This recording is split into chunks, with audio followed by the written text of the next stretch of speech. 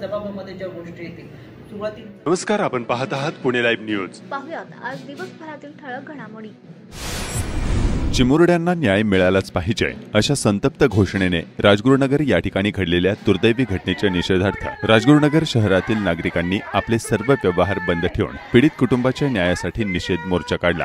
या मोर्चात राजगुरुनगरसह पंचक्रोशीतील नागरिक उत्स्फूर्तपणे सहभागी झाले होते। संपूर्ण राजगुरुनगर शहर 100% कडकडीत बंद होते। राजगुरुनगर या ठिकाणी वास्तव्यास असलेल्या गरीब कुटुंबातील 2 अल्पवयीन मुलींचे मृतदेह एका पाण्याच्या बॅरलमध्ये आढळून आले। पोलिसांनी अधिक तपास केला असता जवळच असलेल्या एका बियर बारमध्ये काम करणाऱ्या अजय दास नामक परप्रांतीय नराधमकडून या अल्पवयीन मुलींचा खून आणि अत्याचार केल्याची घटना उघडकीस आली होती। चिमुरड्यांना न्याय मिळालाच पाहिजे, नराधमाला फाशी झालीच पाहिजे, फाशी द्या अशा घोषणेने हुतात्मा राजगुरू भगतसिंग सुखदेव यांच्या स्मृतीस्थळापासून निघालेला निषेध मोर्चा राजगुरुनगर शहरातून तहसीलदार कार्यालयाजवळ येऊन निषेध सभेची सांगता झाली। या निषेध मोर्चात सर्व समाजातील आणि क्षेत्रातील नागरिक, विविध पक्षांचे पदाधिकारी हे मोठ्या संख्येने उपस्थित होते। यावेळी समाजसेविका सुधा कोठारे, विजया शिंदे, अतुल देशमुख, भगवान पोखरकर, काँग्रेसचे विजय डोळस, संजय कदम आदींनी संतप्त भावना व्यक्त करून या घटनेचा निषेध व्यक्त केला। राज्य महिला आयोगाच्या अध्यक्षा रुपाली चाकणकर यांनी शनिवारी दुपारी पीडित कुटुंबाची भेट घेतली।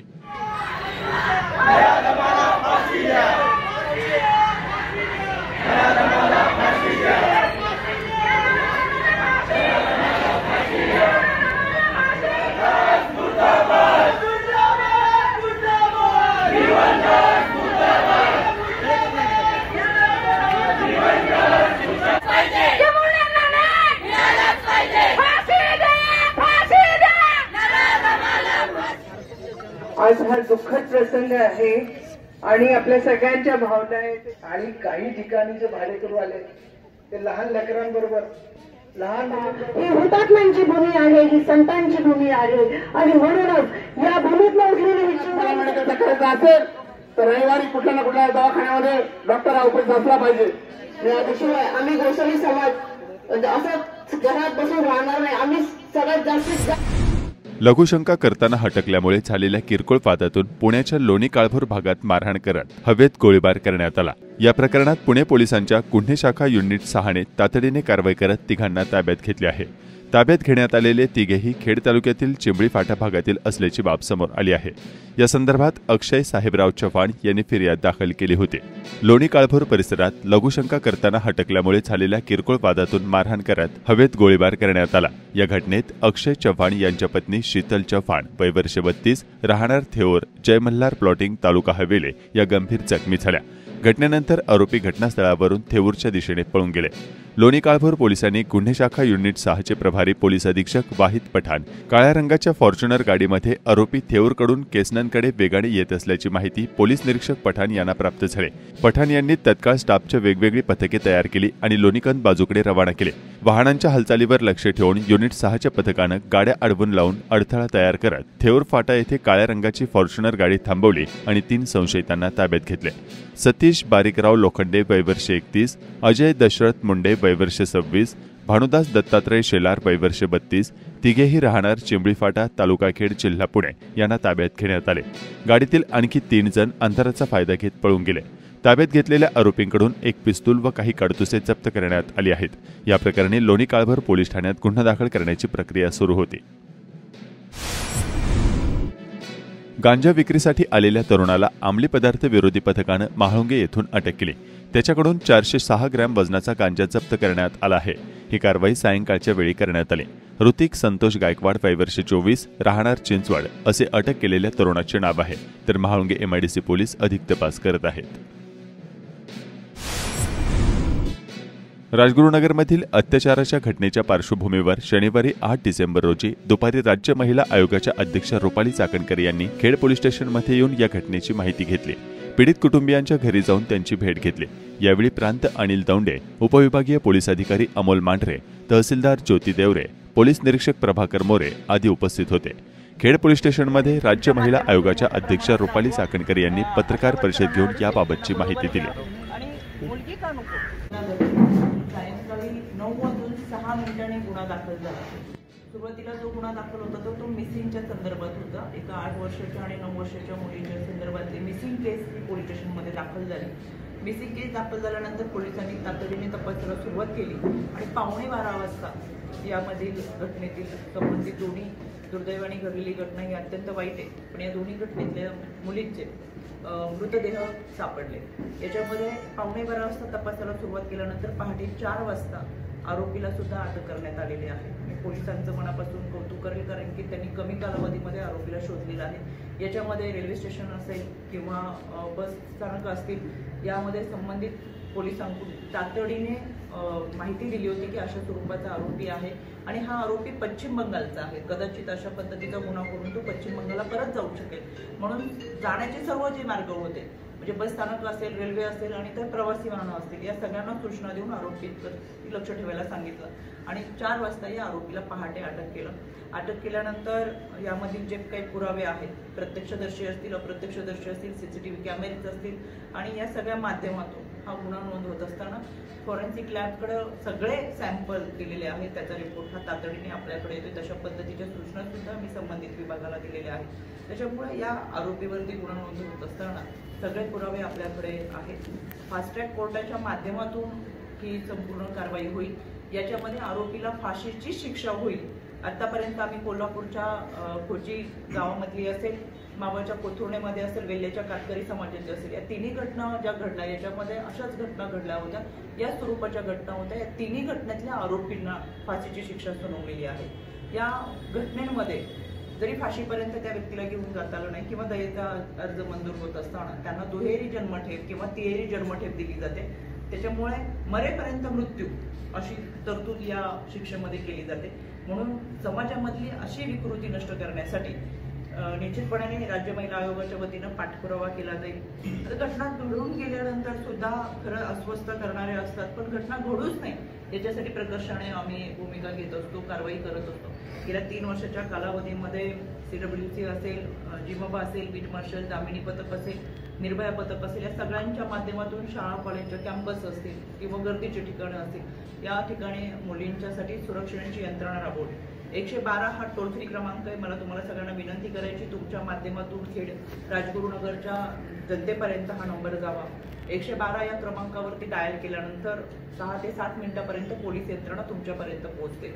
आणि यासाठी की कुठेही असुरक्षित जाणवलं किंवा एखाद्या व्यक्तीवरती संशय येत असेल किंवा मुली घरी जात असतील, शाळेमध्ये जात असतील, पुढे बाहेर फिरताना त्यांना असं वाटलं की कोणी आपला पाठलाग करते, छेडछाड करते, तर तातडीने या नंबरवरती संपर्क साधून त्या संबंधित व्यक्तीची माहिती देऊन त्याच्यावरती कारवाई करू शकतात.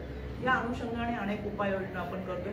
आता मी माहिती घेतली तर शाळा सगळ्या राजगुरुनगरच्या शाळांमध्ये सखी सावित्री ह्या 100% संघटना पूर्ण झालेल्या, समित्या पूर्ण झालेल्या आहेत. शिक्षक पालक संघटना ह्या जवळजवळ सगळ्या शाळांमध्ये आहेत.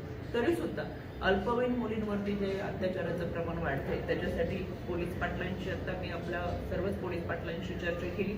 या निमित्तानं पोलीस पाटील, आशा वर्कर, अंगणवाडी सेविका, CRP असतील यांच्या माध्यमातून, त्याचबरोबर सरपंच, उपसरपंच, ग्रामपंचायत सदस्य यांना बरोबर घेऊन अनेक ग्रामपंचायतीमध्ये, अनेक गावांमध्ये तरुण मंडळ असतात, म्हणजे यंग जनरेशनची गणपती उत्सव मंडळ असतात, नवरात्री उत्सव मंडळ असतात, या सगळ्यांना विश्वासात घेऊन एकोप्याने खऱ्या अर्थानं सगळीकडे पोलीस यंत्रणा पोहोचू शकणार नाही, पण या सगळ्यांना विश्वासात घेऊन कोणी अनोळखी व्यक्ती गावात जाणवत असेल किंवा संशयित जाणवत असेल तर त्यांच्या माध्यमातून तातडीने कारवाई केली जाईल.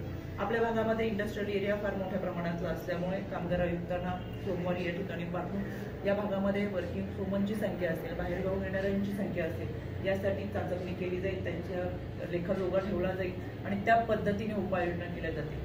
आपल्या माध्यमातून मला खेड राजगुरुनगरच्या नागरिकांना विनंती करायची की आपल्याकडे कोणीही भाडेकरू असेल, नोकरीच्या निमित्तानं, व्यवसायाच्या निमित्तानं, शिक्षणाच्या निमित्तानं बाहेरून कोणीही व्यक्ती आली असेल तर त्याची माहिती तातडीने पोलीस स्टेशनला द्या आणि ज्या अनोळखी व्यक्तींना शक्यतो आपल्या भागामध्ये थारा देऊ नका. कारण परराज्यातून आलेल्या व्यक्तींचे क्रिमिनल बॅकग्राऊंड बऱ्यापैकी असेल तर त्याची माहिती आपल्याकडे नसती आणि ही माहिती आपल्याकडे ठेवावी अशी विनंती या माध्यमातून मी आपल्याला करते. राज्य महिला आयोगाच्या वतीने आम्ही पाठपुरावा करून स्वतः मी वैयक्तिक या घटनेमध्ये शेवटपर्यंत लक्ष घालणारच आहे. पण संबंधित कुटुंबियांना आर्थिक सहाय्य देत असताना आमच्या CWCने काल या ठिकाणी येऊन सर्व डॉक्युमेंट जमा करून घेतलेले आहेत. त्याच्यामध्ये मनोधैर्य योजनेच्या माध्यमातून FIR दाखल झाल्यानंतर 25% मदत आणि चार्जशीट दाखल झाल्यानंतरची 75% मदत ही तातडीने मिळणारच आहे. त्याचबरोबर अमाऊंट किती त्याची? मुख्यमंत्री सहाय्यता निधी या माध्यमातून आपण विशेष बाब या कुटुंबियांना देतो, तो लगेचच जमा होऊन जाईल. त्याच्यामुळे या कुटुंबाला दोन्हीही योजनेच्या अंतर्गत अर्थसहाय्य देतो आणि अशा घटना घडू नये यासाठी सतर्क राहा. सर्वांना एकत्रित घेऊन आपण एक सुरक्षितेचा आत्मविश्वास या भागाला देऊया. त्याचबरोबर केवळ खेळाडूनगरच नाही तर संपूर्ण महाराष्ट्रामध्ये प्रभावीपणे आपण उपाययोजना राबवतो आणि त्यासाठी त्या माध्यमातून प्रयत्न. महत्वाची बाब होती याच्यामध्ये आरोपीला अटक करणं आणि त्याच्यानंतर जबाबामध्ये ज्या गोष्टी येतील. सुरुवातीचं जसं मी सांगितलं की आरोपी हा पश्चिम बंगालचा होता. त्याने जर प्रवास करून बाहेर जायचा प्रयत्न केला असता तर आरोपी सापडला नसता तर इतर पुरावे आपल्याकडे मिळणार नाही. त्याच्यामुळे आरोपीला शोध घेणं, त्याला अरेस्ट करणं आणि 3 दिवसाची PC 5 दिवसाची PC त्याची आपण घेतलेली आहे. या 5 दिवसाच्या PC मध्ये अनेक बाबी आपल्या समोर येतील. त्याच्यामुळे या घटनेमध्ये जे कोणी सहकार्य केलं असेल किंवा जे कोणी अपराधी आहेत असं आढळून आलं तर त्यांच्यावरती 100% कारवाई केली. साधारणतः 10 लाखाचा निधी मिळतो. तर मनोधैर्य योजनेची 10 लाखाची निधी त्या व्यक्तीच्या कुटुंबियांकडे आपण देतो आणि आरोपींनी सगळ्या गोष्टी मान्य केल्या. यामध्ये संबंधित आरोपीचे तर सगळे सॅम्पल घेतले, म्हणजे एअर सॅम्पल असेल, नेट सॅम्पल असेल, ब्लड सॅम्पल असेल, ते सगळं घेतलेलं आहे. पण दुर्दैवाने या घटनेमध्ये मयत झालेल्या दोन्हीही मुलींचे सॅम्पल सुद्धा घेतलेले आहेत. त्याच्यामुळे हे पुरावे आपल्याकडे सबळ पुरावे आहेत आणि या पुराव्याच्या माध्यमातून आपण आरोपीला शिक्षा करू शकतो. आपल्याकडे जे पुरावे आलेले आहेत आतापर्यंत आणि आरोपीने दिलेला जबाब आहे तो फार स्ट्रॉंग पुरावा म्हणून आपण ग्राह्य धरणार आहोत. राज्य महिला आयोगाचे अध्यक्ष म्हणून गेल्या 3 वर्षाच्या कालावधीमध्ये आम्ही संपूर्ण महाराष्ट्रामध्ये ग्रामसभेमध्ये बालविवाहाच्या विरोधातला ठराव मंजूर व्हावा म्हणून प्रयत्न करतो. विधवा प्रथाच्या विरोधातली चळवळ युद्ध पातळीवरती राबवतो आणि खऱ्या अर्थानं स्त्रीभ्रूण हत्या टाळली गेली पाहिजे. याच्यासाठी PCPNG ऍक्ट अंतर्गत त्या जिल्ह्याच्या ठिकाणी ज्यावेळी जग सुनावलं जाते त्या अंतर्गत आम्ही सोनोग्राफी सेंटर्स असतील त्यांच्यावरती धाड सत्र करत कारवाई करतो. कोणत्याही व्यक्तीने आम्हाला तक्रार नोंदवली किंवा मेसेज जरी केला तरी आम्ही तातडीने त्यांच्यावर कारवाई करतो. परभणीमध्ये घडलेली घटना ही अत्यंत दुर्दैवी आणि माणुसकीला काळीमा फासणारी आहे. त्याच्यामुळे आजही हा लढा लढावा लागतोय. त्या व्यक्तीने स्वतः जो जबाब दिला त्याच्यामध्ये ती एकटीच व्यक्ती आहे असा पूर्ण जबाब आहे. त्याच्यामुळे तुम्ही जसं म्हणताय तशी माहिती आमच्याकडे या 5 दिवसाची PC आहे आरोपीला. या 5 दिवसाच्या PC मध्ये आम्हाला जे पुरावे मिळतील त्या पुराव्यानुसार जे कोणी आरोपी याच्यामध्ये असेल तर त्याच्यावरती 100% कारवाई होईल. त्याच्याबाबत तुम्ही निर्दस्त राहा, कारण तुम्ही स्वतः यामध्ये लक्ष घालते. पोलीस यंत्रणा आमच्याबरोबर सतर्क आहे आणि शेवटी ही अतिशय लाजिरवाणी गोष्ट आहे की अशा पद्धतीची घटना घडते. त्याच्यामुळे या विकृतीला टेकून काढण्यासाठी कमी कालावधीमध्ये कायद्याच्या चौकटीतून आरोपीला शिक्षा आणि पीडितेला न्याय देण्याची जबाबदारी आमची. याच्यामध्ये आतापर्यंत माझ्या अनुभव मी स्वतः आयोगावरती काम करत असताना अशा पद्धतीच्या केसेस आम्ही चालवलेल्या आहेत, ज्याचे उदाहरण मी तुम्हाला दिली. त्याच पद्धतीने हेही चालू विशेष बाब म्हणून काही घटना काही केसेस आम्ही चालवतो. त्याच्यामुळे फास्ट ट्रॅकच्या माध्यमातून त्या केसेस. महायुती सरकार स्थापन झाल्यानंतर राज्यात हिंसाचाराच्या अनेक घटना घडताना दिसत आहेत. मावळचे खासदार श्रीरंग बारणे यांनी पोलीस आयुक्त विनय कुमार चौबे यांना पत्र लिहून आयुक्तालय हद्दीत पोलीस स्टेशनमधील अधिकारी आणि कर्मचारी सर्रासपणे हप्ते वसूल करत असून वरिष्ठांना हप्ता द्यावा लागतो असं सांगत असल्याचं पत्र दिलंय. आता महाविकास आघाडीचे शिरूरचे खासदार अमोल कोल्हे यांनी देखील पोलीस आयुक्तांना याबाबत पत्र लिहिलंय. त्यात त्यांनी असं म्हटलंय की महाराष्ट्रातील एकूणच कायदा व सुव्यवस्था ढासळत असताना याबाबत शिरूर लोकसभा मतदारसंघातील परिस्थिती अधिकच गंभीर होत चालली आहे. औद्योगिक परिसरातील दहशत, सर्वत्र असलेला ड्रग्जचा सुळसुळाट, दारू आणि जुगाराचे अड्डे, बेकायदेशीर लॉज, मटक्यांचे अड्डे अशा अनेक अवैध गोष्टींमुळे शिरूर लोकसभा मतदारसंघातील गुन्हेगारीनं अक्षरशः कळस काढलाय. ही परिस्थिती तातडीनं आटोक्यात आणण्यासाठी पुणे शहराचे पोलीस आयुक्त श्री अमितेश कुमार, पिंपरी चिंचवडचे पोलीस आयुक्त विनय कुमार चौबे, पुणे ग्रामीणचे पोलीस अधीक्षक श्री पंकज देशमुख यांना यापूर्वीच पत्र लिहून खासदार अमोल कोल्हे यांनी विनंती केली आहे. खेड तालुक्यातील 3 नगर परिषदा आणि PMRDA हद्दीत असलेल्या ज्या गावात गॅस पाईपलाईन पोहोचली आहे तिथं सर्व घरोघरी गॅस पाईपलाईनद्वारा जोडणी करण्याच्या कामाला आता वेग आलाय. खासदार डॉक्टर अमोल कोल्हे आणि आमदार बाबाजी काळे यांनी यासाठी आग्रही भूमिका घेतली आहे. खेडचे आमदार बाबाजी काळे यांनी आढावा बैठक घेऊन खेड तालुक्यातील 1 लाख घरांना गॅस पाईपलाईन जोडणी करण्याचे उद्दिष्ट MNGL आणि टोरंट गॅस कंपनी यांना दिलं होतं.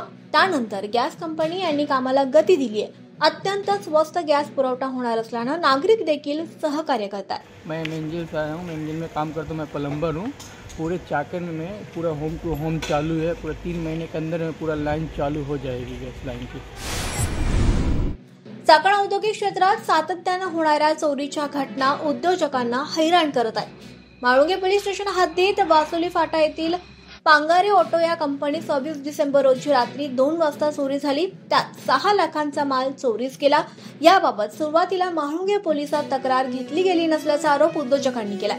त्यानंतर तक्रार घेतली असली तरी या भागात सातत्यानं होणाऱ्या चोऱ्यांमुळे उद्योजकांनी संतप्त भावना व्यक्त केल्या.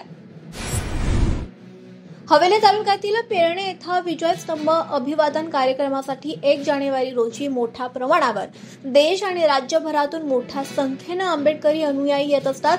त्यामुळे वाहतूक कोंडी होण्याची शक्यता विचारात घेऊन 1 जानेवारी रोजी पुणे अहिल्यानगर महामार्गावरील वाहतुकीत बदल करण्यात आलाय. चाकण ते शिक्रापूर आणि शिक्रापूर ते चाकण अशी दोन्ही बाजूकडील जाणारी आणि येणारी सर्व प्रकारची वाहतूक पूर्णपणे बंद करण्यात येणार आहे.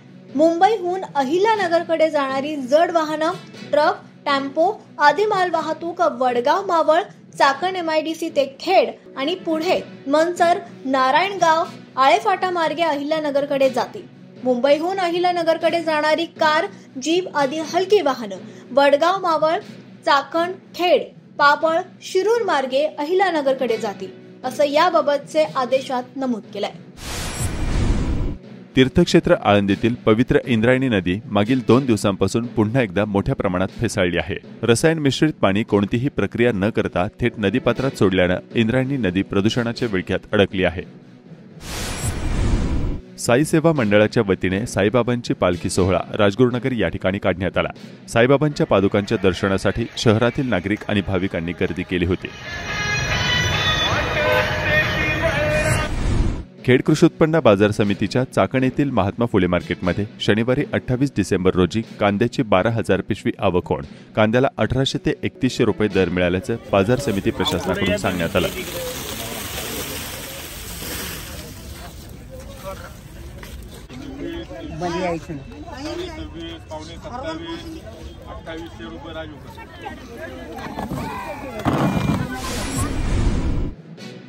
खेड कृषी उत्पन्न बाजार समितीच्या चाकण येथील महात्मा फुले मार्केटमध्ये शनिवारी 28 डिसेंबर रोजी तरकारी मालाची आवक आणि भाव स्थिर असल्याचे बाजार समिती प्रशासनाकडून सांगण्यात आले.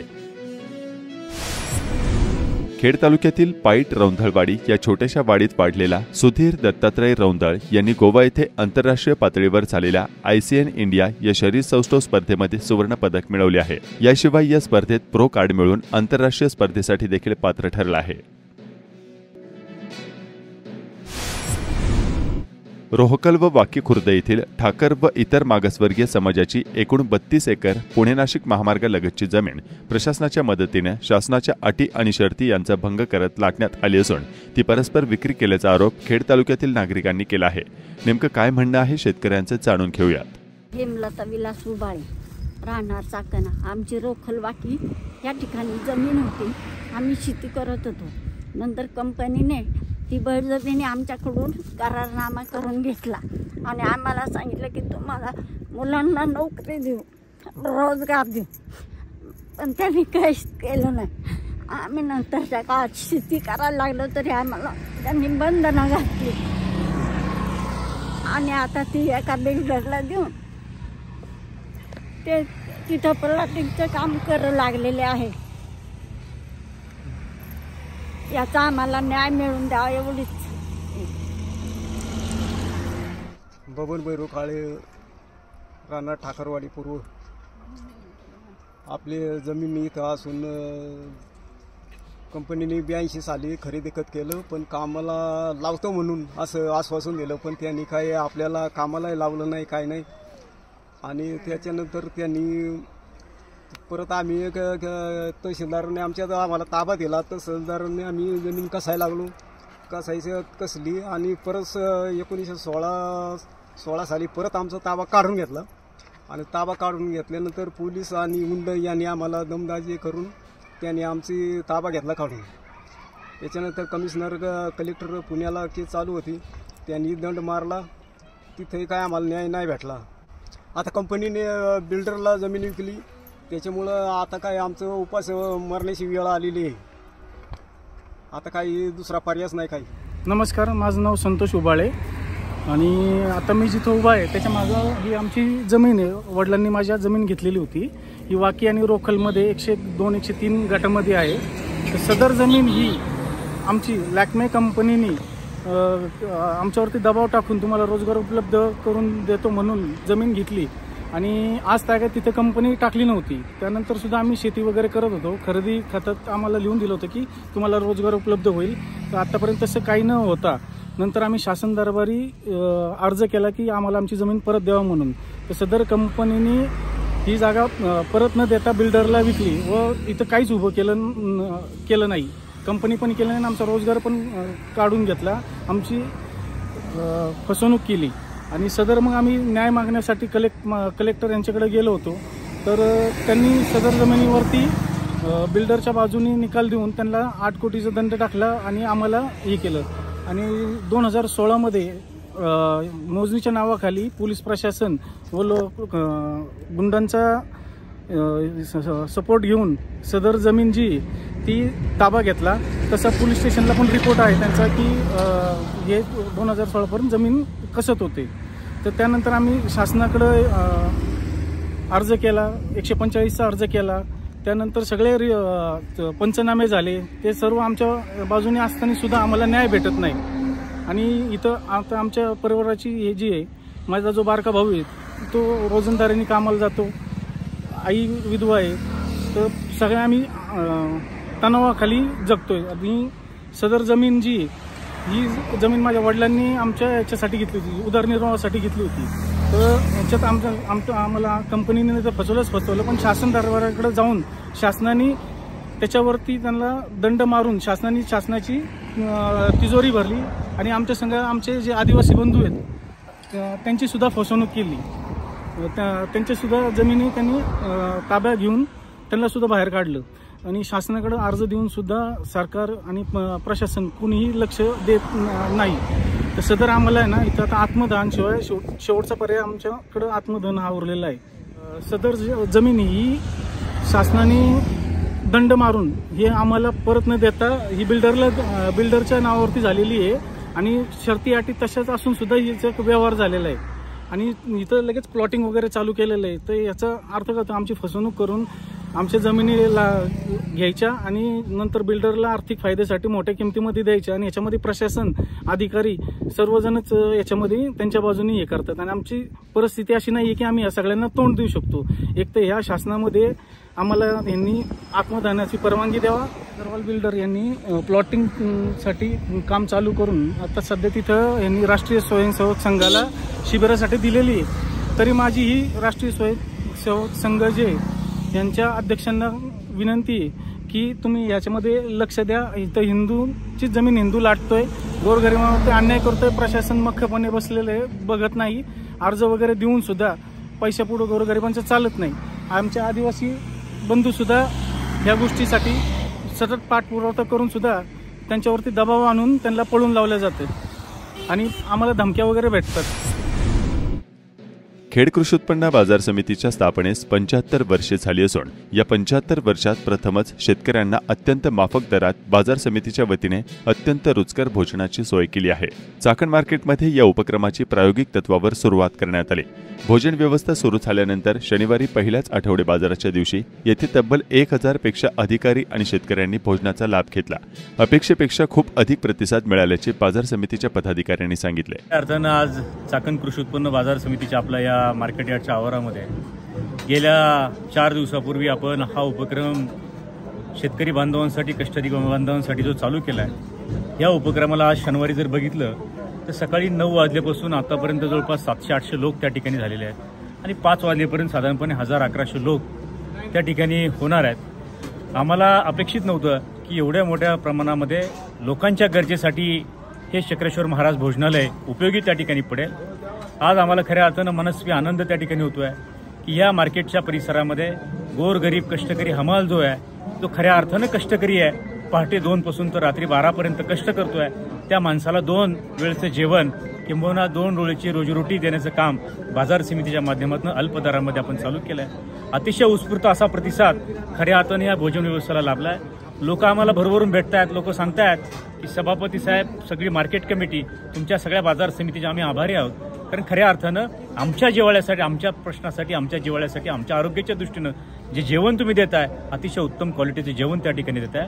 आणि उद्याच्या काळामध्ये आमच्या सगळ्यांचे भरभरून आशीर्वाद ह्या बाजार समितीला आहे. आणि शेतकऱ्यांच्यासाठी अशाच प्रकारचं काम तुम्ही भविष्यामध्ये करावं अशी लोकांची भावना आहे.